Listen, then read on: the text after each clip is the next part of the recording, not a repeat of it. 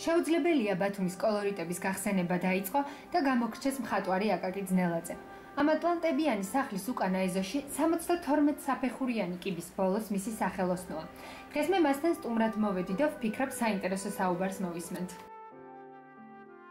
მოგესალმებით ბატონო აკაკი, მადლობთ რომ ინტერვიუზე დამთანხმდით. თქვენი სახელოსნო თქვენზე რომ აღარაფერი ვთქვათ, ბათუმში საკმაოდ ცნობილია თავისი კიბით და იმითებით, რაც აქ ინახება. თუ შეიძლება მოგვიყავით თქვენი სახელოსნოს შესახებ. ძალიან მარტივი კითხვა, მაგრამ ისტორია ძალიან რთულია და გრძელი დროში გაწელილი ეს 80-იანი წლებიდან ვარ ამ სახელოსნოში. ისტორიული უბანია, ძველი ბათუმია, კიბეც ძველია, შიგნით ყველაფერი ძველი, მაგრამ არ ხდება ხშირად. არ ხდება როგორ მეგობრებით, სტუმრებით, ნაცნობობით, საუბრებით და ასე შემდეგ. ეგ არის ისტორია. როგორც ვიცი, მანამდე ცნობილი ადამიანი ცხოვრობდა აქ.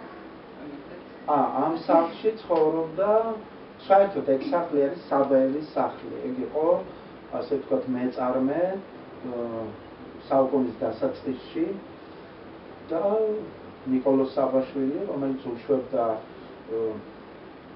სამშენებლო მასალებს და აქტიურად, როგორც ვიცი, საბაშვილის მასალებით და გამოშვებული პროდუქციით აშენებულია ბათუმის ნახევარი და კავკასიაში, თბილისშიც ბევრი რაღაც იყიდებოდა მისი მანუფაქტურიდან.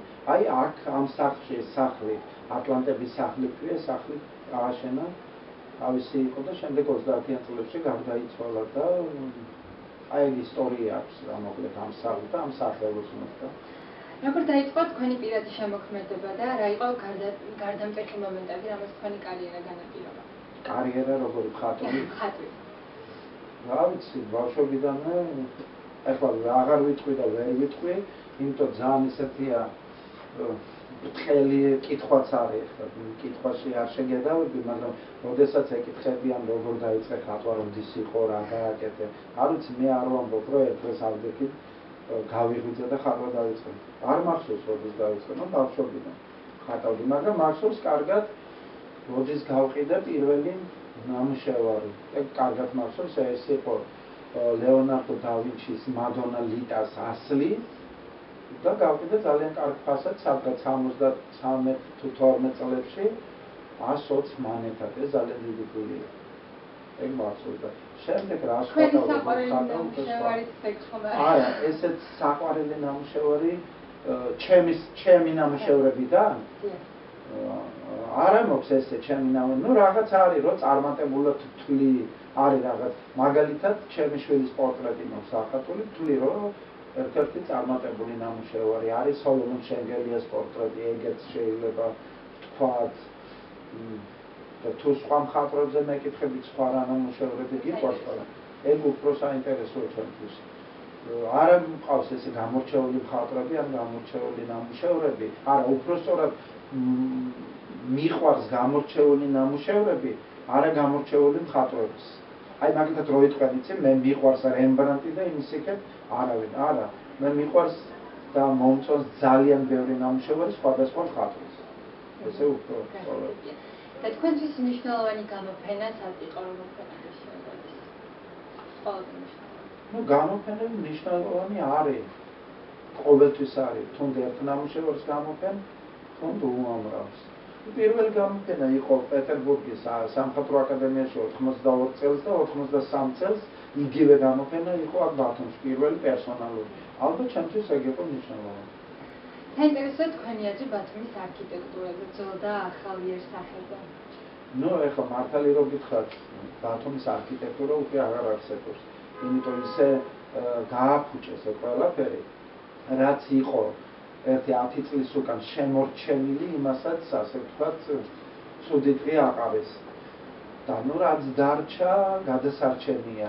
ეხლა რაც შეეხება ცათამბჯენებს, ეგრეთ წოდებულ ცათამბჯენებს, ქალაქის ცენტრში ჩემთვის მიუღებელია, არ უნდა ყოფილიყო. შეიძლება ცათამბჯენები აშენებულიყო ძველი ქალაქიდან მოცილებით, ასე ვთქვათ. ხო, ახალ ბათუმში სადღაც, მაგრამ არა აქ, ცენტრალურ უბანში. მაგრამ ახლა ეს მატარებელმა ჩაიარა და რაც დარჩენილია, უნდა როგორღაც შევფუთოთ და გადავარჩინოთ. და რესტავრაციას რა შეეხება, თქვენ ეზით ძველ სახეს არ უბრუნებენ ძველი შენობების რესტავრაცია რა ხდება? ეხლა რაც დარჩენილია შენობები, საჭიროა აუცილებლად რესტავრირება, იმიტომ ძველ ბათუმში არის სახლები, რომლებიც აუცილებლად გადასარჩენია და რესტავრაცია აღნიშნავს მხოლოდ გარედან გააკეთო. შიგნით ამთავარი, იმიტომ აქ არის ეხლა სასტუმრო ლონდონი, რომ დაინგრა იმის მიმდებარე ტერიტორიაზე არის ორსართულიანი ძველი სახლები, რომლებიც აუცილებლად გადასარჩენია როგორც გარედან, ასე შიგნით.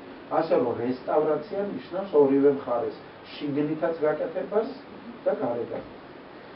და რაც შეეხება თქვენს პოლიტიკურ ცხოვრებას, საკმაოდ წარმატებული ხართ და მაინტერესებს რას მოღვაწეობთ ამჟამად და რა გეგმები გაქვთ? ხო, ეხლა პოლიტიკურ ცხოვრებას რაც შეეხება, მე თავიდანვე ვთქვი, რომ მე არ წავსულვარ პოლიტიკაში, უბრალოდ პოლიტიკამ მომიკაკუნა კარებზე და მე კარი გავუყე.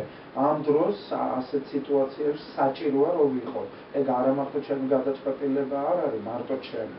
მაგრამ ამასაც დიდი მნიშვნელობა აქვს, რომ ჩემი გადაწყვეტილებაც არის.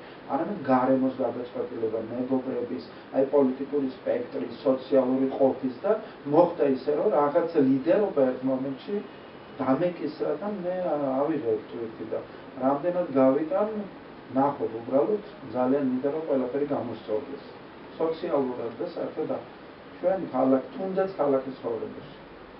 რაიმე მნიშვნელოვანი გეგმა გაქვთ, ანუ ჩანაფიქრი? მნიშვნელოვანი გეგმა, ეხლა რა გითხრათ? მნიშვნელოვანი ბათუმთან თუ საერთოდ მინდა ვიცხოვრო ამ ქალაქში თავაწეული ჩემს მეგობრებთან და ბათუმელებთან ერთად, რომ მარტო მე არ ვიყო თავაწეული და გაღებნებული, რომ იყოს ყველა კარგად და ესეთი თავისუფალ გარემოში ცხოვრობდეს საზოგადოება. ეგ არის მნიშვნელოვანი გეგმა.